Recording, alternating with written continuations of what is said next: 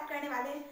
तो ये हमारी पहली वीडियो है जिसमें हम बात करने वाले हैं अपने कॉन्स्टिट्यूशन के बारे में, यानी हमारे भारतीय संविधान के बारे में। तो सबसे पहले हम जान लेते हैं कि कॉन्स्टिट्यूशन कहते किसको हैं। तो जैसे जब हम पूजा पाठ करते हैं तो उसकी जो किताबें आती है उसमें पूजा करने की सारी विधि दी गई होती है। ठीक उसी तरह से हमारे देश को चलाने के लिए जो भी कानून है, जो भी विधियां हैं, वो हमारे कॉन्स्टिट्यूशन में दी गई हैं। ठीक है, तो आज हम देख लेते हैं कि इस वीडियो में हम क्या क्या चीज जानने वाले हैं। हम जानने वाले हैं संविधान के पार्ट्स के बारे में, आर्टिकल्स के बारे में, शेड्यूल्स के बारे में, फिर अमेंडमेंट्स और जो टाइमिंग ड्यूरेशन है वो, इन्वेस्टमेंट। इसके अलावा हम कॉन्स्टिट्यूएंट असेंबली को जानेंगे, उसके मेंबर्स को जानेंगे, मीटिंग्स एंड ऑल। तो बिना देरी किए हम स्टार्ट करते हैं अपने टॉपिक को। सबसे पहले मैं आपको ये बता देती हूँ कि कॉन्स्टिट्यूशन का परिभाषा क्या है। तो मैं कह सकती हूँ कि कॉन्स्टिट्यूशन जो है वो एक कानूनों का लिखित दस्तावेज है जिसमें कि सारे ही कानून दिए गए हैं जो आपको और हमको फॉलो करने हैं, और अगर हम उनको फॉलो नहीं करते, अगर हम उनका ओबे नहीं करते तो इसके लिए हमें क्या पनिशमेंट दी जाएगी, ये सारा का ब्यौरा दिया गया है हमारे संविधान में। तो चलिए हम स्टार्ट करते हैं। मैं बता दूं कि पहले जो संविधान था, हमारा जो मूल संविधान था, उसमें 25 भाग थे। ठीक है, पार्ट्स 25 थे, 25 पार्ट्स थे। और इसके अलावा आर्टिकल्स जो है, जो शेड्यूल्स है, वो चेंज होते गए हैं क्योंकि इस टाइम के साथ संविधान में बहुत सारे चेंजिंग करने पड़े हैं, अमेंडमेंट्स बहुत सारे हुए हैं। तो पहले कम आर्टिकल्स थे, कम शेड्यूल्स थे, लेकिन अब उन्हें बदलना पड़ा, अब उन्हें बढ़ाना पड़ा। क्योंकि देखिए, जब हमारा संविधान बनाया गया था तो उस टाइम द्वितीय विश्व युद्ध की परिस्थिति थी, लेकिन टाइम के साथ वो परिस्थिति चेंज हो गई, टाइम के साथ लोगों का नजरिया भी चेंज हो गया, लोगों की जरूरतें भी बढ़ने लगी। तो उस टाइम में हमारे जो संविधान निर्माता थे वो इन चीजों को समझते थे कि हो सकता है कि टाइम के साथ संविधान में कुछ ना कुछ चेंजिंग करने की जरूरत पड़े, इसलिए उन्होंने अमेंडमेंट का सेक्शन रखा था, यानी जब हमें जरूरत पड़ेगी तो हम उसमें कुछ ना कुछ चेंजिंग कर सकते हैं। इसीलिए कहा जाता है कि जो भारतीय संविधान है वो बहुत ही ज्यादा लचीली है। ठीक है, तो अब हम लोग देखते हैं कि आर्टिकल्स कितने हैं। अभी तो 470 आर्टिकल्स हैं संविधान में। इसके अलावा हम शेड्यूल्स की बात करें तो मूल संविधान में 8 ही शेड्यूल थे, लेकिन अब इन्हें बढ़ा दिया गया है। अभी के टाइम में टोटल 12 यानी कि 12 शेड्यूल्स हैं हमारे संविधान में। तो अब हम ये तीनों तो जान गए कि पार्ट्स कितने थे, आर्टिकल्स कितने थे और शेड्यूल्स कितने थे। मैं बता दूं कि मूल संविधान में 8 शेड्यूल्स थे और मूल संविधान में 395 आर्टिकल्स हैं, जो कि अब चेंज कर दिए गए। 470 आर्टिकल्स हैं और 12 शेड्यूल्स हैं। सो अब हम बात करते हैं अमेंडमेंट्स की, यानी संविधान के संशोधन की। तो जैसा कि मैंने आपको बताया कि हमने जब हमारा संविधान का निर्माण हुआ था उस टाइम में परिस्थितियां कुछ अलग थी, उस टाइम में द्वितीय विश्व युद्ध की स्थिति थी।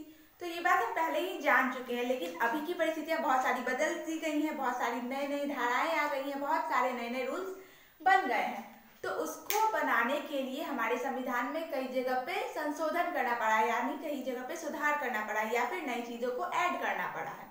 तो अभी तक टोटल 105 अमेंडमेंट हो चुके हैं, यानी 105 अमेंडमेंट संविधान में अभी तक हो चुके हैं। इसके अलावा बहुत सारे अमेंडमेंट के लिए अप्लाई किया गया था, लेकिन कुछ को रिजेक्ट कर दिया जाता है, कुछ को आगे बढ़ा दिया जाता है। तो वैसे ही 105 अमेंडमेंट्स अभी तक टोटल हमारे संविधान में हो चुके हैं। ठीक है, तो अब हम बात करते हैं ड्यूरेशन की, यानी हमारे संविधान को बनाने में कितना समय लगा था।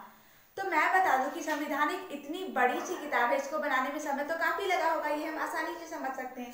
तो हमारे संविधान को बनाने में टोटल 2 साल 11 महीने और 18 दिन लगे थे, यानी 2 years 11 months and 18 days लगे थे हमारे संविधान को बनाने में।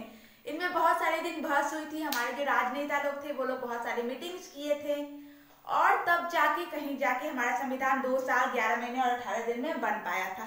ठीक है, तो अब आगे हम बात करते हैं कॉन्स्टिट्यूएंट असेंबली के बारे में, यानी जो हमारी संविधान सभा है उसके बारे में।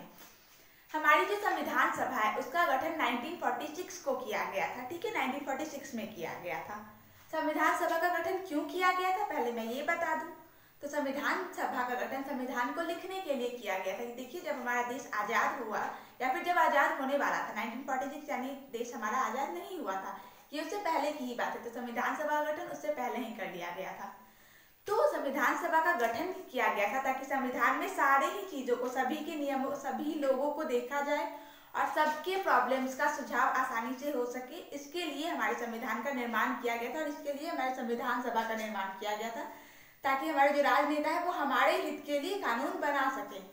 तो मैं बता दूं कि संविधान सभा में टोटल 389 मेंबर्स थे, लेकिन ये 389 मेंबर्स तब थे जब हमारा भारत एक था, यानी भारत और पाकिस्तान दोनों ही एक थे। जब 1947 में पाकिस्तान अलग हो गया, जब भारत और पाकिस्तान का बंटवारा हो गया, तब हमारे कॉन्स्टिट्यूएंट असेंबली का भी बंटवारा हो गया, यानी हमारे संविधान सभा का भी बंटवारा हो गया। जो हमारे पाकिस्तानी सदस्य थे वो पाकिस्तान की अलग संविधान सभा बना लिए, और जो हमारे इंडियन सदस्य थे वो इंडिया में रह गए। तो 389 टोटल मेंबर थे, लेकिन संविधान सभा हमारा जो भारतीय संविधान बनाने में सिर्फ 299 सदस्य ही रह गए थे जिन्होंने हमारा संविधान बनाया, और आखिरी तक आते आते ये 284 सदस्य हो गए थे जिन्होंने लास्ट डे में उस पर हस्ताक्षर करके ओके किया था संविधान को। तो उस टाइम में मात्र 284 लोग ही थे, बाकी लोग अलग हो चुके थे। ठीक है, तो अब हम बात कर लेते हैं मीटिंग्स की। तो जो संविधान सभा है उसकी पहली मीटिंग हुई थी 9 दिसंबर 1946 को, 9 दिसंबर 1946 को।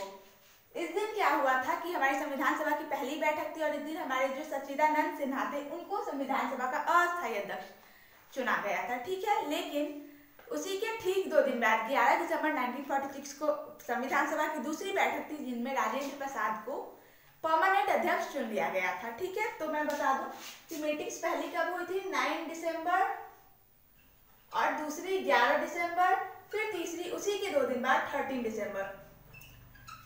इसमें 9 दिसंबर में सच्चिदानंद सिन्हा को चुना गया था अध्यक्ष, लेकिन वो केवल 2 ही दिन के लिए थे। उसके बाद परमानेंट 11 दिसंबर 1946 को चुना गया था राजेंद्र प्रसाद को, जो हमारे अस्थायी अध्यक्ष थे जिन्होंने हमारे संविधान बनाने में अध्यक्षता की थी। ठीक है, तो आगे अब हम बात करते हैं इन्वेस्टमेंट के बारे में, यानी जो हमारा संविधान बना तो उसमें कितना पैसा लगा।